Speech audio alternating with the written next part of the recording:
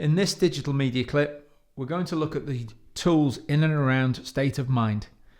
We discussed on the Icicle as a modeling excellence tool the fact that state of mind influences our capability downwards and our attitude upwards. So helping people manage, understand, and sometimes just take stock of the place they're at any given time is a really interesting tool. So let's start with the concept state of mind and recognize the fact when we're trying to control our state of mind, we typically focus in one of three areas. Now, most people focus on the conscious mind's approach to manage state of mind. We say things like put a smile on your face or focus on something different to actually help them manage their own state of mind. They'll focus on a particular task or an activity that distracts them from being in the state they were in before. That's very much a consciously managed, willpower-driven focus on doing something different.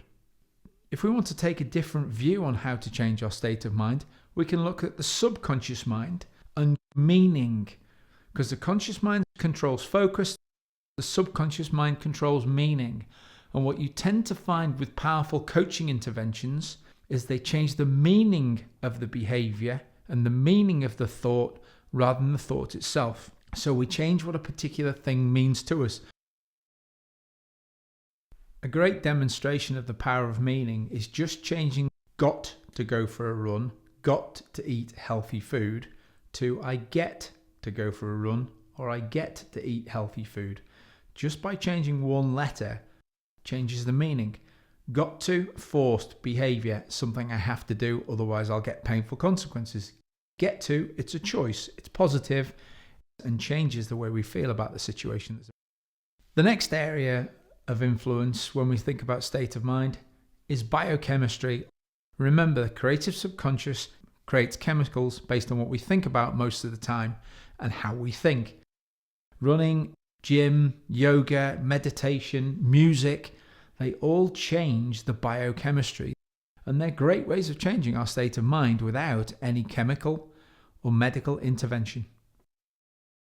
So a great tool that we can use is to draw a simple cross on a board and put high pleasure to low pleasure, low arousal to high arousal, and then simply give them some post-it notes and ask them to go away in teams or as individuals and write down the consistent mindsets they find themselves in most of the time. And what you tend to find is people will scribble lots of words down like anxious, excited, worried, fearful, aggressive, happy, sad, calm. And what we do then is take the post-it notes and place them on the cross.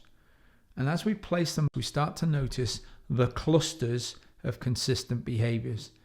And if somebody's constantly focused in the high pleasure, high arousal area, they're likely to be very focused on being excited, happy, energetic, and bursting with life all of the time. Now that's great, but too much of a good thing can often be bad. But the same is true on all four axes.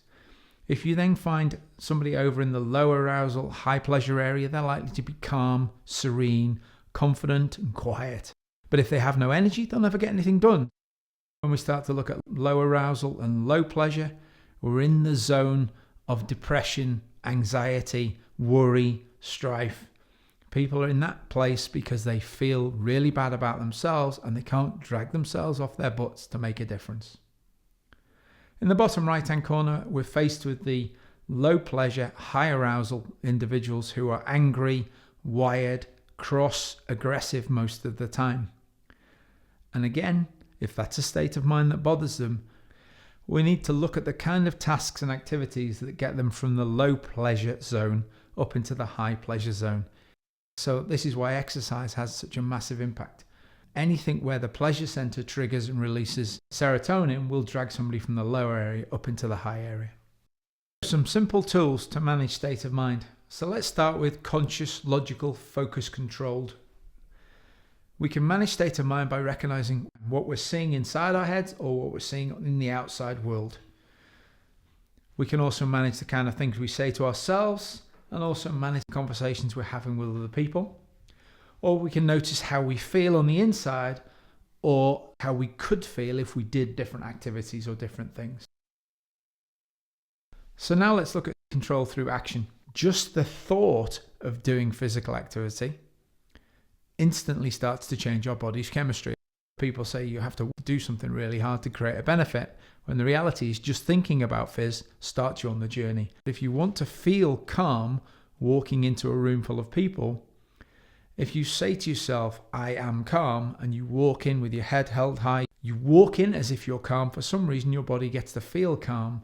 That's because the expression and the movement and your physicality create inside you the chemistry that makes you feel the way you're acting.